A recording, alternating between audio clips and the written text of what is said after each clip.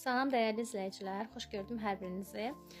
Bugün sizə öyrədəcəyim mövzu close sözü ilə bağlıdır. Gördüyünüz kimi close sözünün bir neçə mənası var. Bəlkə də bəziləriniz elə bilir ki, close təkcə bağlamaq kimi tərcümə olunur. Əksinə sifət kimi də tərcümə oluna bilir, zərflik kimi də istifadə oluna bilir. Və mən bunları cümlələr formasında yazmışam. Gəlin bir-bir izahına baxaq. Birinci nümunəmizdə please close the door. Zəhmət olmasa qapını bağla. Buradakı close bildiyimiz bağlamaq mənasını verir və xəbər rolunu oynayır. İkinci cümləmizdə the beach is close to the hotel.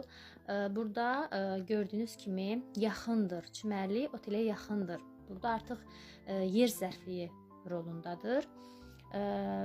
Və bildiyiniz kimi Azərbaycan dilində yaxın sözü özü də həm sifət kimi işlənə bilir, həm zərflik kimi işlənə bilir. Üçüncü nümunəmizdə we are close friends. Biz yaxın dostuq, biz yaxın dostlarıq. Burada da artıq gördüyünüz kimi sifət rolundadır. Və close sifət rolunda olması üçün mütləq özündən sonra isim tələb edir. Və friend də isim olduğu üçün burada close sifət rolunu alıb. Dördüncüdə isə əslində elə yaxın mənasını verir, yəni yaxından. Burada da zərflidir dördüncü nümunəmizdə. Look close, yəni diqqətlə bax və yaxud da yaxından bax.